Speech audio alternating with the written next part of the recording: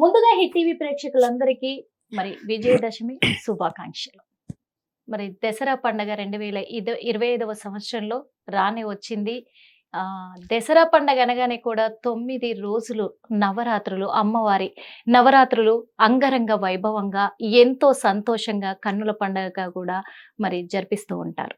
అదే కాకుండా ఈ 9 రోజులు ఎంతో నియమ నిష్ఠలతోటి కూడా అమ్మవారి మాలను ధరించి, భవానీ మాల మరి మాలను ధరించి ఒక్కొక్క రోజు ఒక్కొక్క అవతారంతో అమ్మవారు మనకు ప్రత్యక్షమవుతూ ఉంటారు. అలాగే ఆ అమ్మవారి ప్రత్యేకతలు ఏంటి, మరి ఏ రోజు ఏ అవతారంలో అమ్మవారు మనకు దర్శనమిస్తూ ఉంటారు, అమ్మవారికి ఎలాంటి నైవేద్యాలు సమర్పించాలి, అసలు పూజా విధానం ఎలా చేయాలి, చాలా మందికి తెలియక సతమతం అవుతూ ఉన్నారు కదా.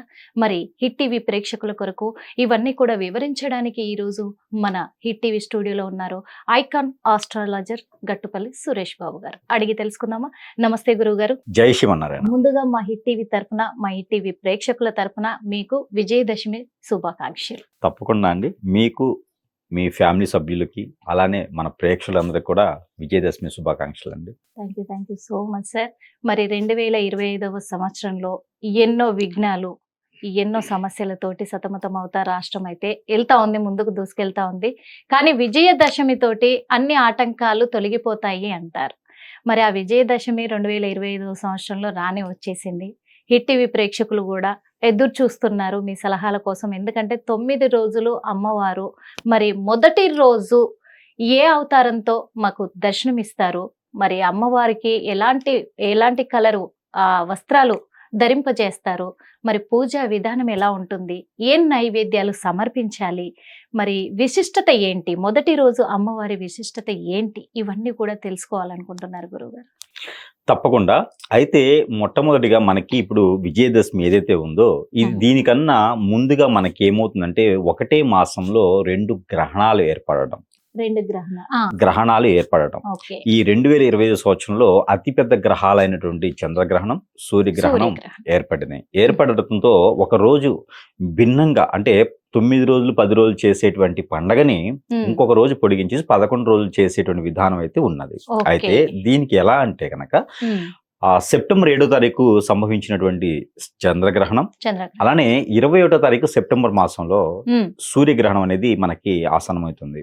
కావున ఆ సూర్యగ్రహణానికి సంబంధించిన మిగులు తగులు శూలాలని ఉంటాయి. శూలాలు ఉంటాయి. దీనికి సంబంధించినటువంటి విషయంలో మనకి 22వ తారీఖు పాడ్యమి ఉన్నప్పటికీ ఆ ఒక గ్రహణ శూలం ఉంది కాబట్టి ఉదయం సమయంలో ఈ యొక్క ఆ నవరాత్రుల్లో తొలి భాగమైనటువంటి ఏదైతే ఉన్నదో అది కొంతమంది సూర్యమానం ప్రకారంగా చేసుకోరు. కావున సాయంత్రం సమయంలో చేసుకునే వారికి ఆ రోజు నుంచి మొదలు పెట్టుకుంటే గనక వారికి సరిపడా 2వ తారీఖు వరకు సరిపోతుంది. అక్టోబర్ 2న మనకి దశమిగా కొలుచుకుంటారు, సరిపోతుంది. అలాగే సూర్యమానం ప్రకారంగా అయితే 23వ తారీఖు నుంచి చేసేటువంటి విధానంగా చూసుకుంటే 3వ తారీఖున వారికి విజయదశమిగా కొలుచుకుంటున్నారు. అంటే మిగులు తగులు తిథులు ప్రకారంగా చేసుకున్నట్లయితే 2వ తారీఖున కొంతమంది, 3వ తారీఖున కొంతమంది అక్టోబర్ మాసంలో చేసుకుంటున్నారు ఈ 2020 సంవత్సరంలో. దీనికి కొంతమంది అనుకుంటా, మరి మేము ఎప్పుడు చేయాలి అంటే ఇక్కడ మనకి ఆచారాలు 2 ఉంటాయి. ఒకటి మన ఇంటి ఆచారం ఉంటుంది, రెండోది మనం కొలిచేటువంటి అమ్మవారి యొక్క విధానం ఉంటుంది, మూడోది వచ్చేసి మన ప్రాంతీయ ఆచారం ఉంటుంది. మనకి ఆ వీధుల్లో కావచ్చు, ఆ మనం నమ్ముకున్నటువంటి ఆలయాలు ఏవైతే ఉన్నాయో అక్కడ ఏదైతే కొలుస్తారో ఆ విధంగా చేసుకునే విధానం ఉంటుంది. ఇది దసరాకి ముఖ్యమైనటువంటి విషయం. ఈ గ్రహణాలు ఉన్నాయి కాబట్టి ఇంటిని శుద్ధి చేసుకునే దానికైనా, దేవుని మందిరాలు శుద్ధి చేసుకునే దానికైనా సమయం పడుతుంది. అంటే గ్రహణం వచ్చేసి 21వ తారీఖున రాత్రి 9:30 నుంచి 22వ తారీఖు ఏకును జామున, అంటే మబ్బులో 3:15 వరకు గ్రహణ శూలం అయితే ఉంటుంది. కాబట్టి అది బ్రాహ్మీ ముహూర్తం కూడా అయిపోతుంది. కాబట్టి ఆ రోజు చేసుకునే దానికి సూర్యమానం ప్రకారంగా పనికిరాదు. కాబట్టి చంద్రమానం ప్రకారంగా చేసుకునే వారు ఎవరైనా ఉంటే సాయంత్రం సమయం నుంచి చేసుకోవచ్చు. అయితే మనకి మొదటి రోజున 22వ తారీఖే నేను తీసుకుంటున్నాను. 22వ తారీఖు తీసుకున్నట్టయితే కనుక బాల త్రిపుర సుందరి దేవి అమ్మవారి అవతారం అయితే ఆ రోజున ఉంటుంది. 22వ తారీఖు సెప్టెంబర్ మాసం 22వ తారీఖున మనకి పాడ్యమి వస్తుంది. పాడ్యమి రోజున బాల త్రిపుర సుందరి దేవి అవతారం అయితే ఖచ్చితంగా మొదటి ఉంటుంది. అవతారం అదే అనుకోవచ్చు గురువు. మొదటి అవతారం అయితే అదే ఉంటుంది. కాకపోతే ఇక్కడ ఏంటంటే ప్రాంతాల ప్రకారంగా ఈ మధ్యన ఏమవుతుందంటే ప్రజల్లో అవేర్నెస్ పెరుగుతుంది. అవును. ఎవరికి నచ్చినటువంటి అమ్మవారిని అదే తొలిగా కొలుచుకునే దానికి ఈ అవతారం అని చెప్పేసి అని బల్లలు కూడా గుద్దుతూ ఉన్నారు ఈ మధ్యన. పాంప్లెంట్లలో కూడా అవే బల్లలు కూడా గుద్దుతూ ఉన్నారు ఈ మధ్యన. మామూలు అంటే ఇక్కడ ఒక్కొక్క అవతారానికి ఉప అవతారాలని 5 ఉంటాయి. ఓకే.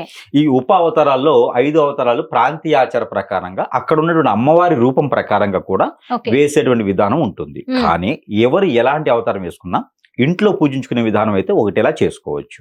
అయితే ఆ రోజున మనకి గ్రహణం సోలం అయిపోయిన తర్వాత వీరందరూ కూడా ఇంటిని శుద్ధి చేసుకోవాలి. అందరూ కూడా తలస్నానాలు చేసుకోవచ్చు. మరి ఆ రోజు పాడ్యమి కదా, అందరికీ అనుమానం ఉంటుంది. పాడ్యమి రోజు తలస్నానం ఆచరించవచ్చా? చేయొచ్చు, ఇబ్బంది అయితే ఏముండదు. అయితే దానికన్నా ముందు మాలయాలను వస్తాయి. మాలయ పక్షాలు అంటారు. కొన్ని ప్రాంతాల్లో అయితే అవి పెద్దలకు చేసేటువంటి పండుగలు ఉంటాయి. మాలయ పక్షము అంటే మాలయ అంటే కాలం చేసినటువంటి మన పెద్దలు అని. మాలయ పక్షము అంటే 15 రోజులు అని. అంటే ఆ పౌర్ణమి నుంచి అమావాస్య వరకు ఉన్నటువంటి తిథులు అన్నిటిలోనూ ఈ పక్షం రోజులు కూడా పెద్దలకు చేసేటువంటి కార్యక్రమాలు నిర్వర్తిస్తారు. ఇది పండక్కి ముందు. ఆ పెద్దలకు చేసినటువంటి కార్యక్రమాలు, క్రియలు అన్ని కూడా నిర్వర్తించి వారు స్వర్గలోకానికి దర్శనం అవ్వాలి అంటే ఈ నవరాత్రుల్లో మనం చేసేటువంటి క్రియల ప్రకారంగా మాత్రమే అది అవుతుంది.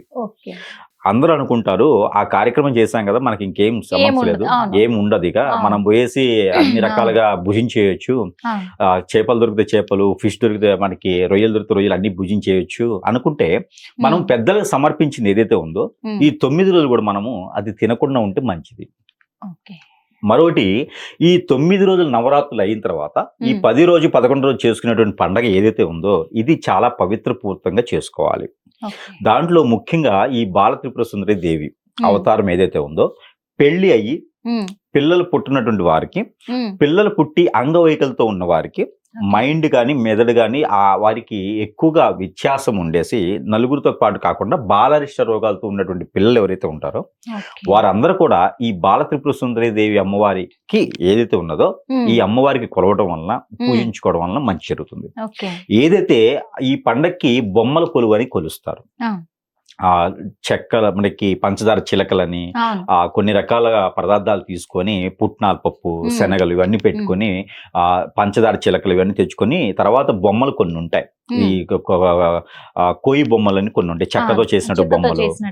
ఇవి బొమ్మల కొలువులని కొలుచుకుంటారు. అవి ఎందుకు కొలుస్తారు అంటే బాలరిష రోగాలు ఉన్నటువంటి ఇల్లు, పిల్లలు పుట్టినటువంటి ఇల్లు ఏదైనా ఉంటే వారికి పూర్వీకుల శాపం ఏదైనా ఉంది అంటే అవన్నీ కూడా పోవటానికి ఈ బొమ్మల కొలువులు కొలుస్తారు. పోతే పెళ్లి అయిన వారికి వాయనం అంటారు. అంటే కొంతమందికి వాయనాలు ఇచ్చేటువంటి ఆచారం ఉంటుంది. అట్ల తద్దికి ఇవ్వకపోతే ఈ దసరా అప్పుడు కూడా వాయనం అనేది ఇవ్వచ్చు. ఇది చేయటం ద్వారా వారికి మంచి జరుగుతుంది. అయితే ఈ మొదటి రోజు 22వ తారీఖు సెప్టెంబర్ మాసంలో ఏదైతే ఉందో ఈ బాల త్రిపుర సుందర దేవి అమ్మవారికి కొలవడం ద్వారా మనం ఇంట్లో అయితే చక్కెర పొంగలి పెట్టుకోవాలి. చక్కెర పొంగలి కానీ లేదా చెరుకు రసంతో బెల్లం కలిపి చేసేటువంటి పొంగలి కానీ ఆచారంగా పెట్టుకోవాలి. లేదా పాల తాలికలైనా పెట్టాలి. ఇవన్నీ కూడా పెద్దలకి పెట్టాలి. మరొకటి ఏంటంటే ఈ పాడ్యమి రోజున బాల త్రిపుర సుందరి దేవి అమ్మవారి అవతారంకి ఏదైతే ఉందో అలానే కొంతమంది ఇళ్లలో ఏం చేస్తారంటే దేవుని మందిరం దగ్గరే వారి పెద్దల ఫోటోలు తీసుకొచ్చి పెడతారు. అది చాలా తప్పు. అక్కడ ఏమవుద్దంటే పాజిటివ్ కన్నా నెగిటివిటీ ఎక్కువ. మనకి పెద్దవారంటే గౌరవం ఉంటుంది, అభిమానం ఉంటుంది, కానీ తీసుకుపోయి గుళ్ళో పెట్టకూడదు. వారు మన వరకే పెద్దవారు. ఇక్కడ ఉండేటువంటి అమ్మవారి దగ్గర పాజిటివ్ వేరు ఉంటుంది, వారికి పాజిటివ్ వేరు ఉంటుంది. కాబట్టి దక్షిణ వైపున ఇంట్లో దక్షిణ వైపున ఉన్నటువంటి గోడ ఏదైతే ఉందో ఆ గోడకి ఇంట్లో పెద్దవారి ఫోటోలు తగిలిచ్చేసి వారికి కూడా ఇదే నైవేద్యం పెట్టొచ్చు. అమ్మవారికి పెట్టే నైవేద్యం అమ్మవారికి పెట్టిన తర్వాత వారికి కూడా పెట్టొచ్చు. ఇస్తరాకులో కానీ, మోదుగాకులో కానీ లేదా అరటి ఆకులో కానీ అక్కడ ఆచారం ప్రకారంగా నైవేద్యం పెట్టొచ్చు.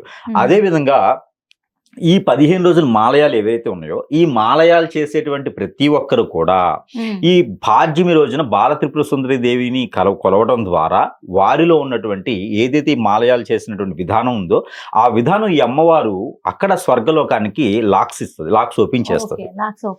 కాబట్టి ఈ విధంగా ప్రతి ఒక్కరు కూడా బాల త్రిపుర సుందరి దేవి అమ్మవారిని ఖచ్చితంగా కొలుచుకోవాలి. ఇలా చేయలేని పక్షాన మాకు ఇది అవ్వలేదు అనుకుంటే కనుక ఏదైనా ఆలయంలో పెద్దవారి పేర్లు తలుచుకొని గోత్రనామాలతో ఒక 5 నారికేళములు సమర్పించుకుంటే సరిపోతుంది. వాటిలోని చిప్పలు తెచ్చుకొని చట్నీ చేసుకుంటా అంటే అవ్వకుండా చిప్పలు కూడా వాళ్ళకి సమర్పించుకోవాలి. వాళ్ళు పెద్దోళ్ళు ఏమి అవ్వరు మన చిప్పలతో.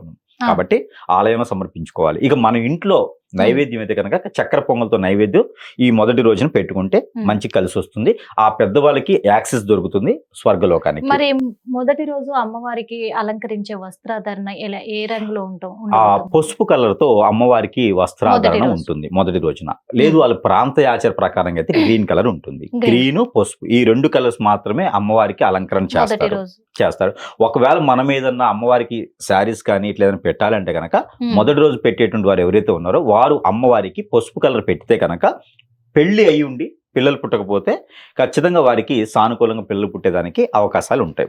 పిల్లలు పుట్టి వారిలో బాలరిష రోగాలు లాంటివి ఏమైనా ఉంటే వారికి గ్రీన్ కలర్ లాంటి శారీస్ పెడితే అమ్మవారికి ఆ విధంగా పిల్లల్లో బాలరిష రోగాలు అనేది కొంత తగ్గుతూ ఉంటుంది.